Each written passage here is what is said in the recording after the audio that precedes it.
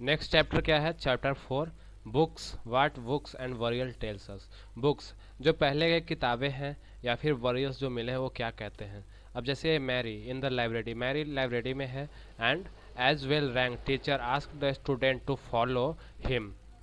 वो घंटी बजा और स्टूडेंट ने बोल दिया उसको फॉलो करो, because they were going to library for the first time, and when Mary step inside she found that the library was much larger than their classroom, and there were so many slaves and also full of books.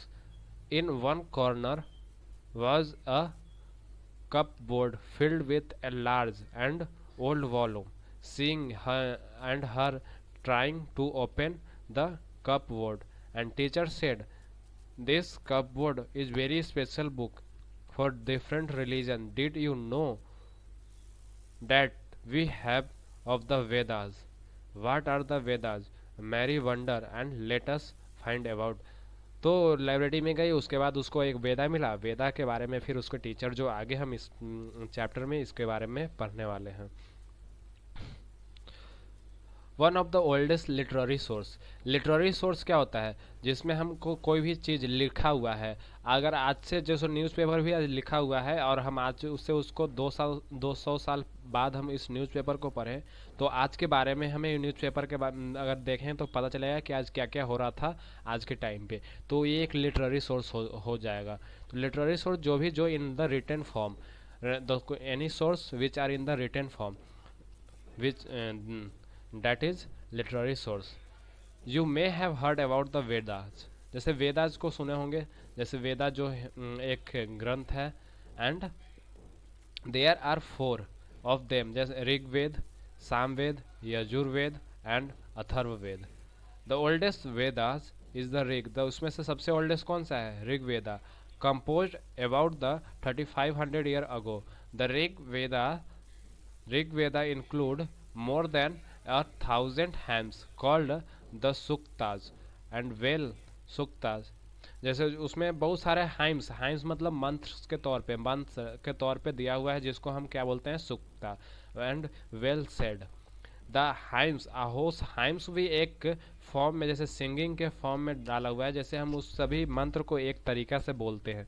This hymns are in praise of various god and goddesses, जो भगवान के बारे में गुणगान गाता है, और God और गॉडेसेस के बारे में, जो भी महिला पुरुष दोनों ही गॉड हैं उन दोनों के बीच में। और ये इनमें दोनों को सिमिलर, जैसे स्त्री और पुरुष, मेल फीमेल दोनों को इक्वालिटी के तौर पे देखा गया है। 3 gods are the specially important, the Agni god of the fire, Agni god of fire, and Indra. जैसे इसमें अग्नि के बारे में बहुत सारे अग्नि देवता के बारे में ज़्यादातर डेडिकेटेड मंत्र है। फिर फायर, आग के बारे में, जैसे गॉड ऑफ अग्नि, जैसे कौन जो आग का देवता? इंद्र जैसे द वॉरियर गॉड। इंद्र मतलब जैसे बारिश को बोलते हैं, पानी को। एंड सोमा जो सोम रस बोलते हैं, द स्पेशल ड्रंक जिसको मदिरा बोलते हैं, या फिर आज जिसको शराब या दारू बोलते हैं, उस टाइम भी सोमा का यूज किया जाता था। तो सोमा भी एक मेडिसिनल तौर पे यूज होता था, वो भी एक भगवान के रूप में उसमें दिया गया है। The hams were composed in the sages the Rishi, the sages the priest taught the student to recite and memorize the each syllable। तो उस टाइम पे जो संत लोग होते थे, ऋषि मुनि लोग होते थे, वो स्टूडेंट लोग को वेदा पढ़ाते थे, word by word and sentence by sentence, और उसको मेमोराइज करवाते थे। And bit by bit with the great care, और एक शब्द को कैसे उच्चारण करना है, कौन से शब्द को कैसे बोलना है, किस पिच पे बोलना है, कौन से मंत्र को कैसे पढ़ना है, सारे चीज़ सिखाया जाता था उस टाइम स्टूडेंट को। The most of the hymns were composed and taut and learn by man. तो उसको क्या था कि कंपोज किया गया, जिसको था जिस तरीके से उसको लोगों को सिखाया जाता था। In few were composed by the women also, जैसे अब उसमें ऐसा नहीं था कि उसमें सिर्फ मेन लोग ही थे, जैसे विमेंस के द्वारा भी बहुत सारे हाइम्स उसमें लिखा गया था। The Rigveda is the oldest और the Vedic Sanskrit which the different from the Sanskrit you learn in the school days. अब जैसे उस जो संस्कृत का जो फॉर्म है, जो आजकल हम संस्कृत पढ़ते हैं उस तरीके का संस्कृत नहीं था, वो पूरे ओरिजिनल फॉर्म ऑफ संस्कृत था जो आज हम लोग नहीं पढ़ पाएंगे। ऐसा संस्कृत था जो उसको लिखने का तरीका अलग था। जो ग्रह the Sanskrit is the family of language. जैसे देखो, Sanskrit is family of language, the family of language known as in Indo European.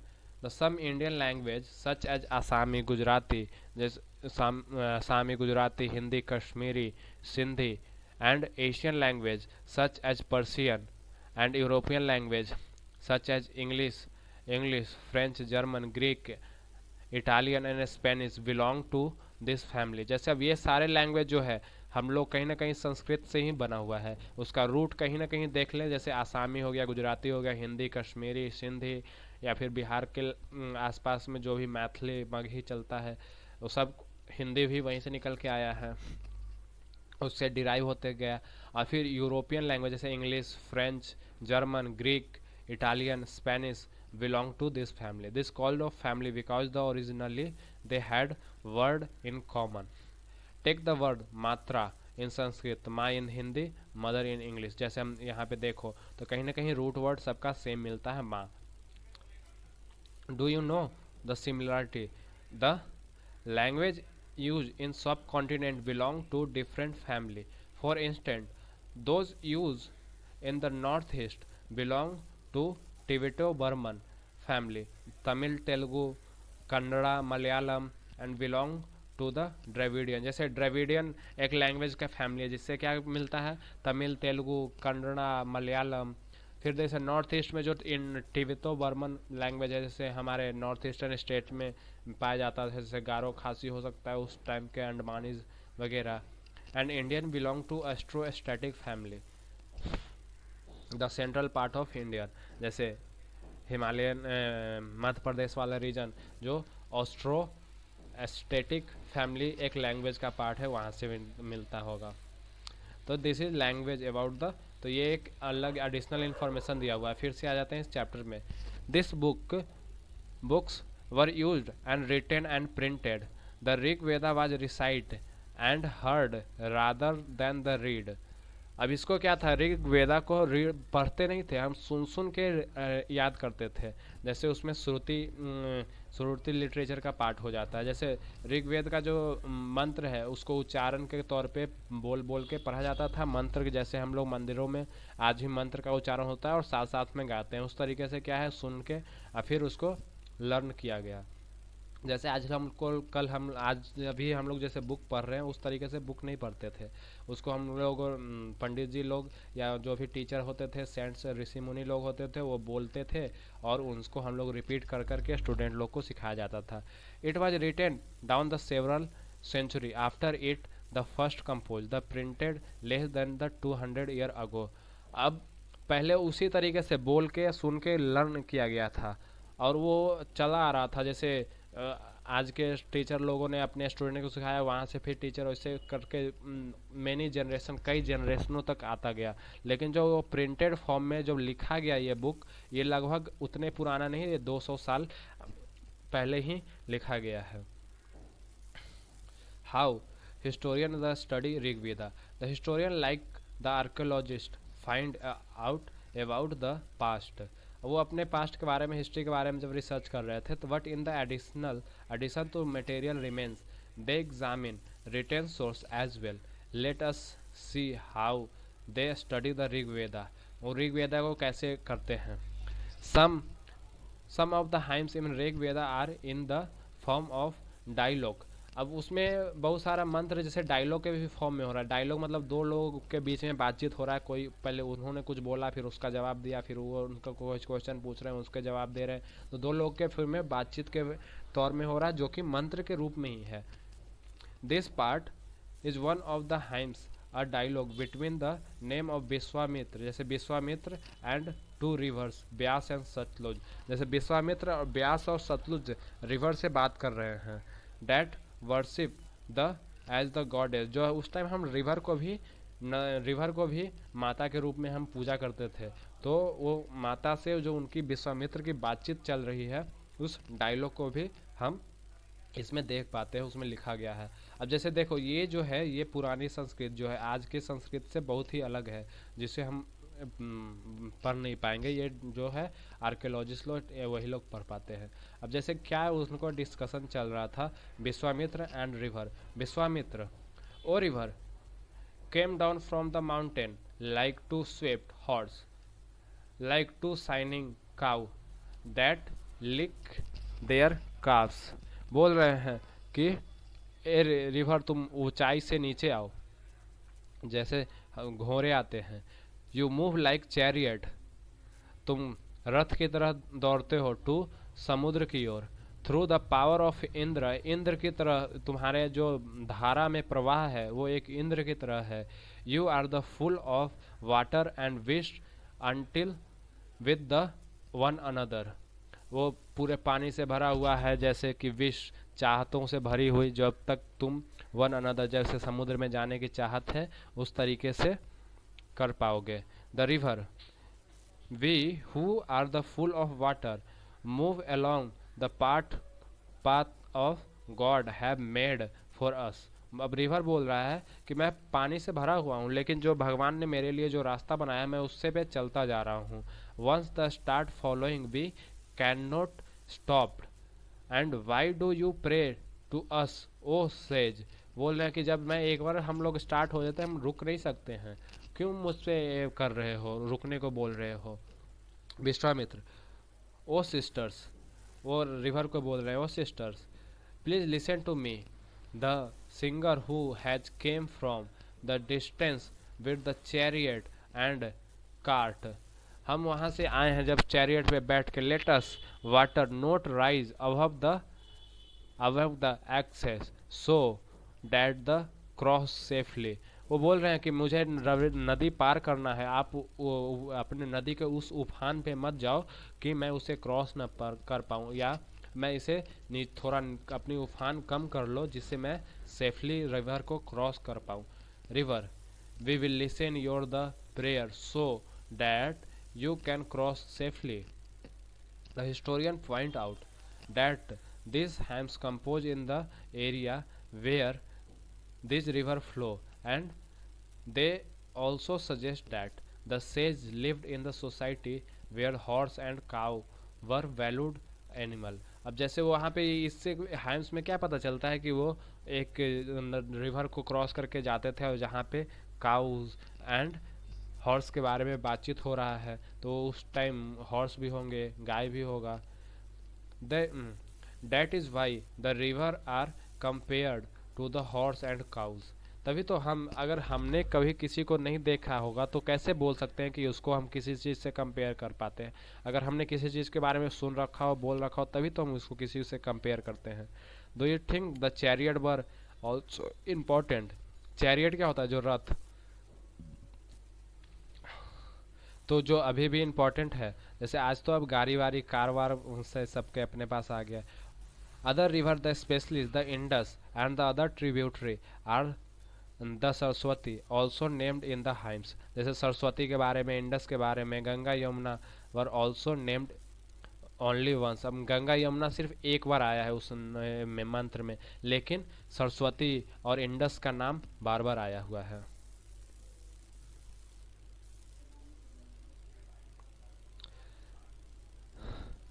There are many prayer in the Rig Veda for the cattle, children, especially for sons and horse।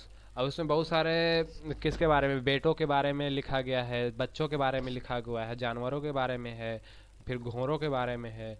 घोड़ were the yoked to chariot and were used in the battle which were fought to capture cattle।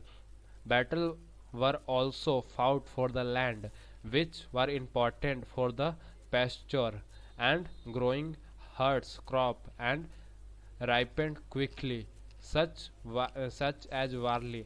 The battle were fought for the water and capture the people. अब जैसे घोड़े को हम रथ में बना के use करते थे, जो वॉर में यूज होता था। अब युद्ध लड़ने जाना था तो घोड़े पे जाते थे। अब घोड़ा युद्ध कर क्यों करते थे? जमीन के लिए, जानवरों के लिए, वहाँ के लोगों के लिए, लोगों से खेती करवाते थे। और जो खेती होकर ग्रो हुआ उसको फिर ये वहाँ का राजा अपने लिए लेते थे।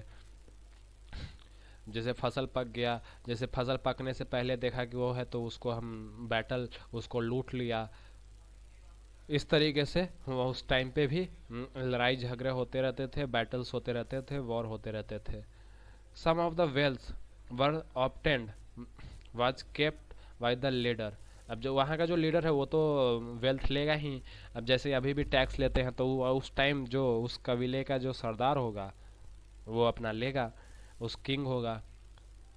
सम much given to the priest, कुछ हम साधु संतों को देते थे। And rest of distributed among the people. अब कुछ किंग को दे दिया, कुछ प्रिस्ट को दे दिया, फिर आपस में हम लोगों ने रख लिया खाने पीने के लिए। Some wealth were use to performance of yajna yajna and sacrifices which offering made into the fire. जैसे फायर से यज्ञ करते थे, तो जैसे आज भी यज्ञ होता है तो बीच में एक अग्नि जला कर हम उसको वर्शिप करते हैं। पूजा पाठ में अग्नि का बड़ा इंपॉर्टेंट है जब भी वैदिक रिचुअल होता है। These were meant for the god and the goddess. Offering could include the ghee, grain, some of cases and animals. अब जैसे हम पूजा पाठ करते हैं तो आज भी हम लोग बलि चढ़ाते हैं। अब जैसे हवन में हम लोग बहुत सारे घी डालते हैं, उसमें ग्रेन डालते हैं, नारियल डालते हैं। तो ये सब चीज़ उस टाइम से ही होता आ रहा है। अगर हम पूजा पाठ या सेक्रीफाइसेस कर रहे हैं तो इन सब चीज़ का इम्पोर्टेंट है। और जैसे हम सब तो हर किसी चीज़ को तो भगवान ही मानते थे। जो हम खाना पीना खा रहे हैं, फ्रूट है, जंगल है, पानी को, हर चीज़ को हम भगवान के रूप में ही देखते थे और पूजा भी करते थे। Most of men took part in this war. There was no regular army but there were assimilation where the people met the discuss matter of the war and peace. अब उसके बाद आर्मी है, उसके मैटर वॉर और piece के बारे में फिर बात होता था। जैसे पहले हम लोगों को झगड़ा कर लिया, फिर झगड़ा करने के बाद उसको शांति समझौता करके के बाद पीस किया। They also choose leader who were often brave and skilful. फिर वो लोग गांव के लोग अपने गांव में एक लीडर चुनते थे जो बहादुर हो, स्किलफुल हो। Word to describe people. There were several ways to describing people in the term of work they do, language they speak, the place of belong they.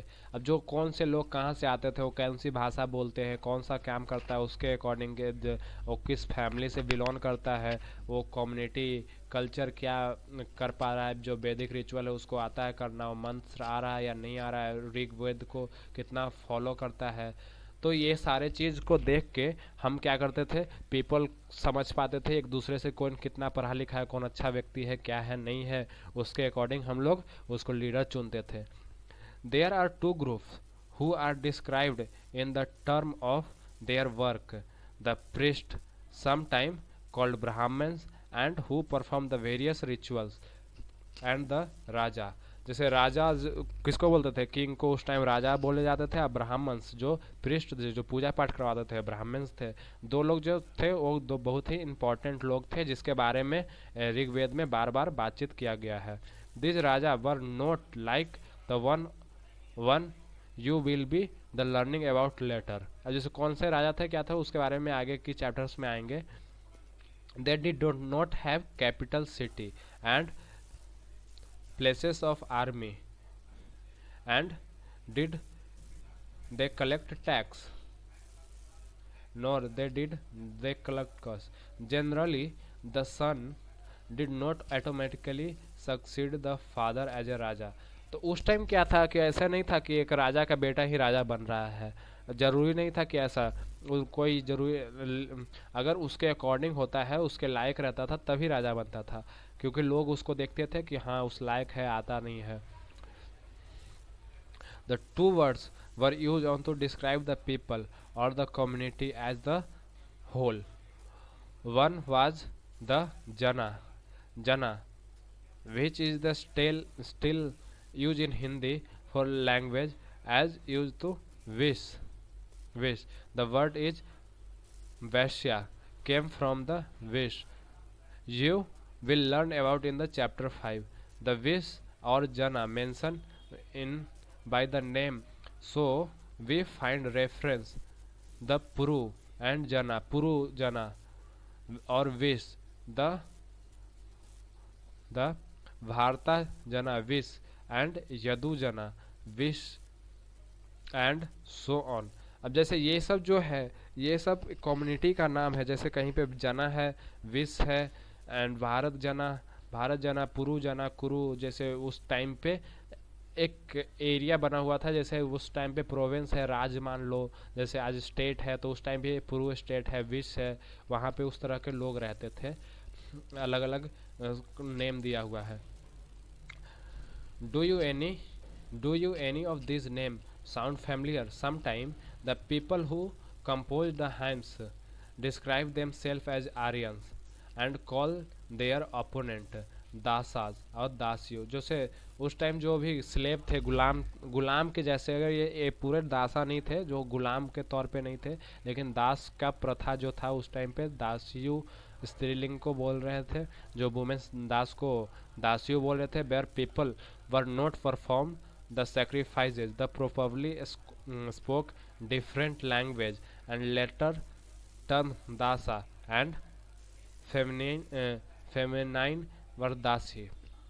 अब जैसे उस कबीले के लोग से, जैसे उस स्थान से जो अलग, जो हो सकता है कि जो जंगल में कुछ ट्राइबल पीपल लोग रह रहे होंगे, उन लोगों कुछ अलग लैंग्वेज बोल रहे हैं, वो वैदिक सेक्रीफाइसेस को नहीं कर रहे होंगे, तो उन लोगों को ये लोग दास बोलते थे। वो लोग जंगल में रहते थे और नेचर वर्शिप भी कर सकते होंगे। And that came to mean slave. Slave are women man who often capture in war. अब जैसे स्लेव था, जो वॉर से कैप्चर करके लाते थे मेमन, उनको स्लेव बनाया जाता था। Were treated as property of their owners. अब जो राजा ने वॉर जीता है उसके प्रॉपर्टी वो लोग हो गए। They make them to whatever work they wanted. अब वो उससे जो अपने जो स्लेव है, स्लेव से जो चीज़ करवाना चाहे, गुलाम से जो करवाते थे।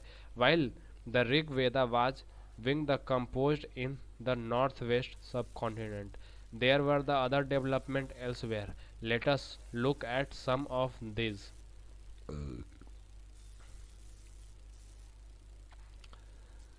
The Silent Sentinel, the story of megalith. Look at the illustration in the next page. जैसे ये वाला देख सकते हैं आप लोग। ये क्या है?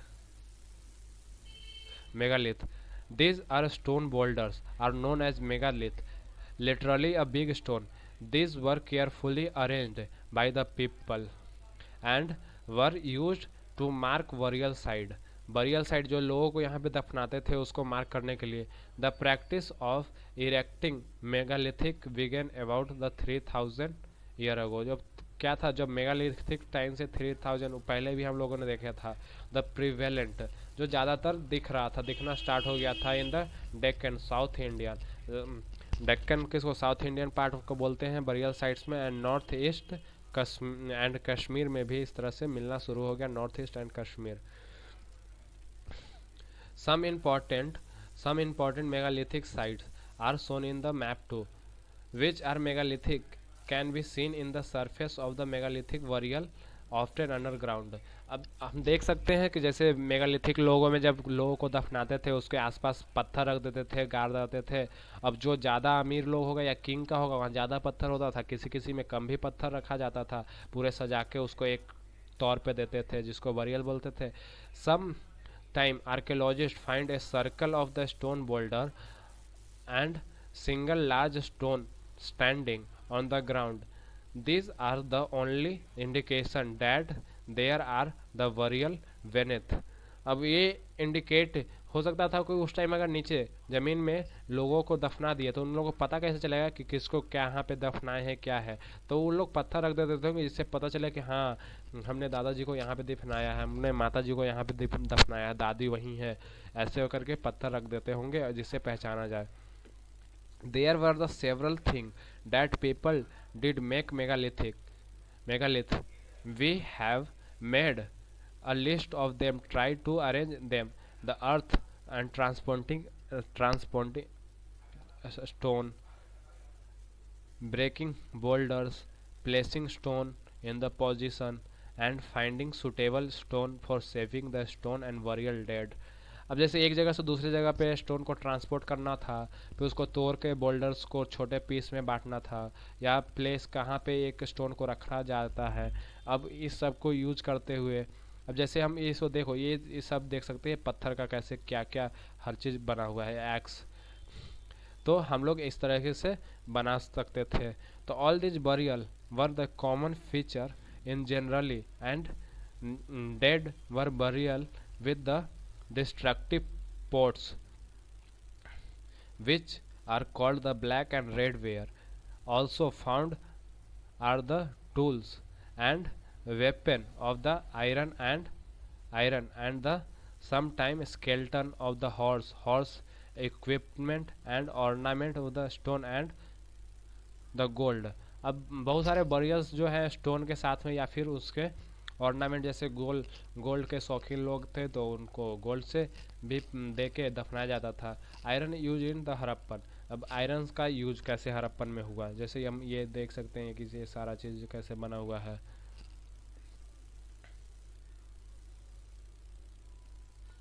The finding out about the social differences. The archaeologists think that the object found with a skeleton probably belonged to the dead person. Sometimes more objects are found in one grave than the another.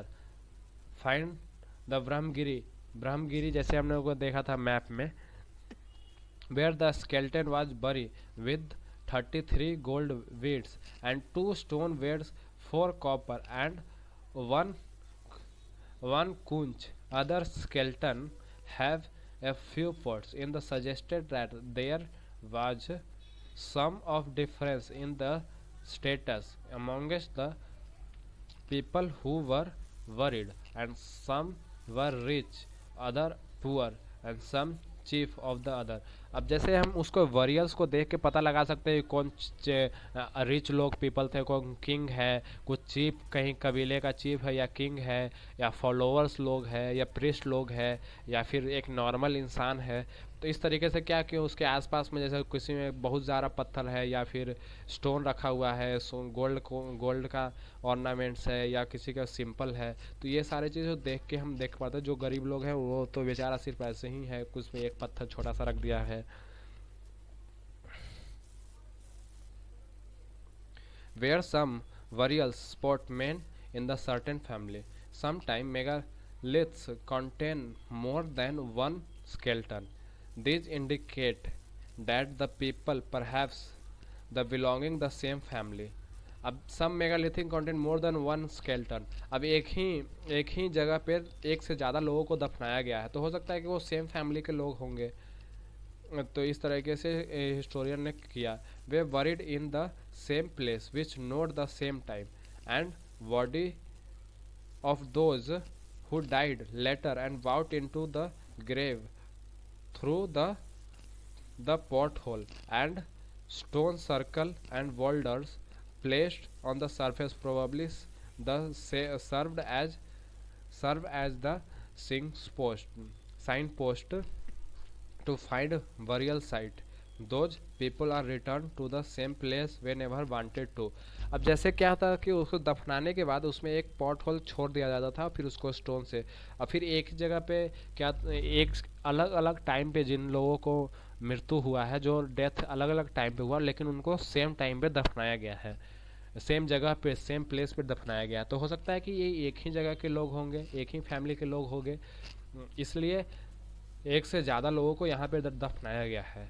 और उसमें एक छोटा सा whole छोड़ देते थे ताकि अगर नेक्स्ट टाइम आए तो उससे खोद के फिर दूसरे को उसमें डाला जा सके, क्योंकि पहले से तो किसी को दफना चुके हैं, अब उसका जो कोई उसकी वाइफ मर के आई, उसके रिलेटिव भाई बहन कोई मर के आया, तो उसी में फिर दफनाएंगे। और स्टोन एक साइन पोस्ट की तरह यूज करते थे कि हाँ हमने यहाँ पे दफनाया था, तो आगे के भी लोग को यहीं पे दफनाएंगे।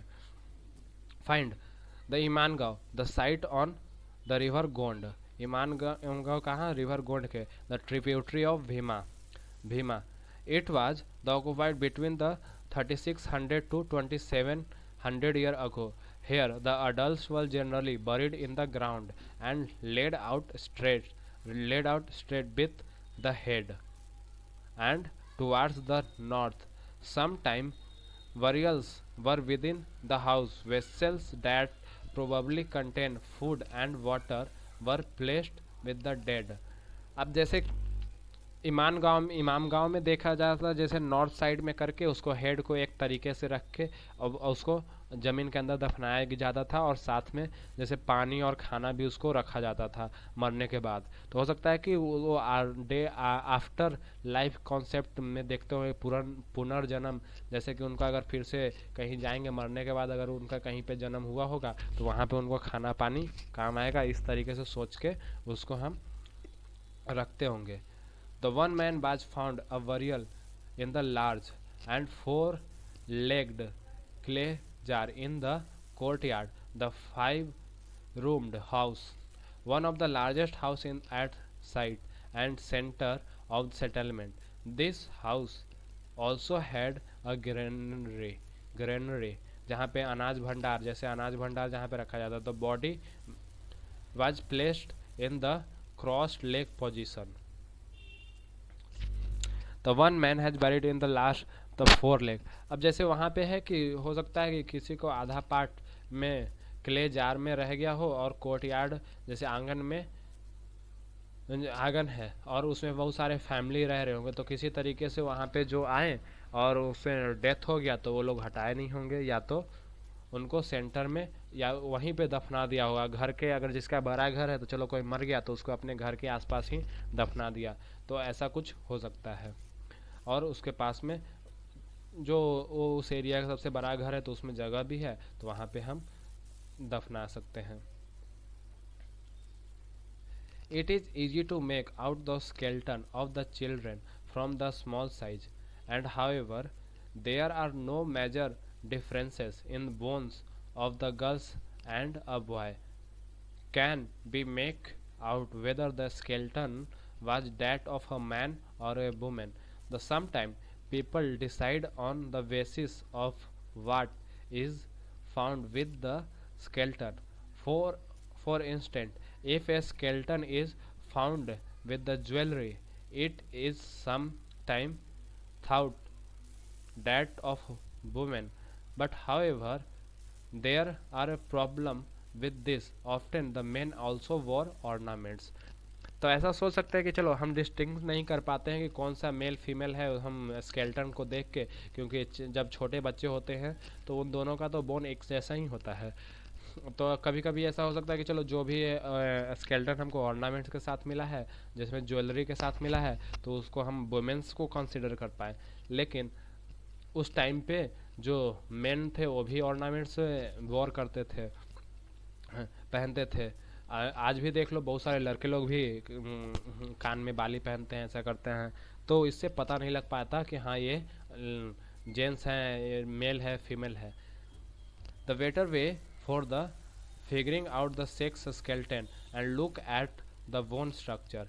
The hip and pelvic area of women is generally larger to enable the child bearing.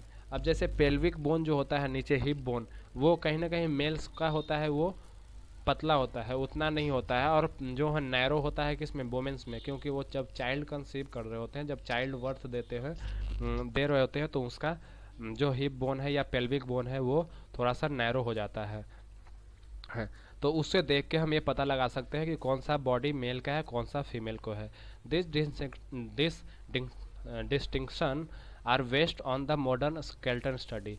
अब ये स्टडी हम आज के टाइम पे स्टडी कर पाते हैं अबाउट तभी क्योंकि उस टाइम आज हमारे पास साइंटिफिक स्टडी है जिससे हम बोन्स के बारे में पता लगा पाते हैं कि कौन सा कब से है.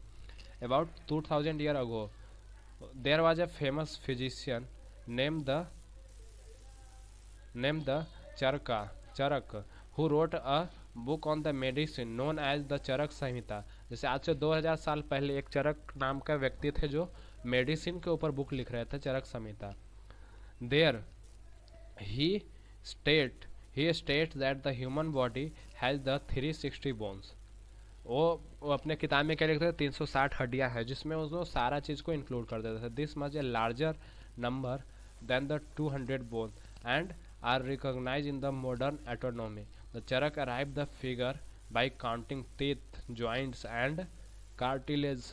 तो वो सारे चीज को, जैसे दांत वात को, जैसे आजकल हम जो उसको जॉइंट्स मान लेते हो, तो हर किसी को उन्होंने काउंट कर लिया था. इस तरह से 360 बोन कर रहे थे. The occupation at Imangao. Archaeologists have found seed of wheat, barley, rice, pulses, millet, peas, sesame, bone of the number of animals. Many varied the cut marks that show the many of this use as the food have also been the found. These include the cattle of buffalo, goat, sheep, dog, ass, pig, sambar, spotted deer, black buck, antelopes, hare, mongoose. Besides bird, crocodile, turtle, crab, fish, there is the evidence of the fruit such as bear, amla, jamun, dates and variety of very were collected. अब ये देख लो, यहाँ से ये लोग चीज जो है सीप वगैरह, एनिमल फार्मिंग एंड नेचुरल जो भी रॉ प्रोडक्ट मिल रहा था, जैसे जैसे एनिमल, फिर नेचुरल जो भी मिल पा रहा, नेचर में जो मिल पा रहा उसको फूड के तौर पे ये खाना खाते थे. और उनको यही ऑक्यूपेशन था, कलेक्ट करके फिर उसको बेचते थे. चलो, ये चैप्टर भी समाप्त हुआ.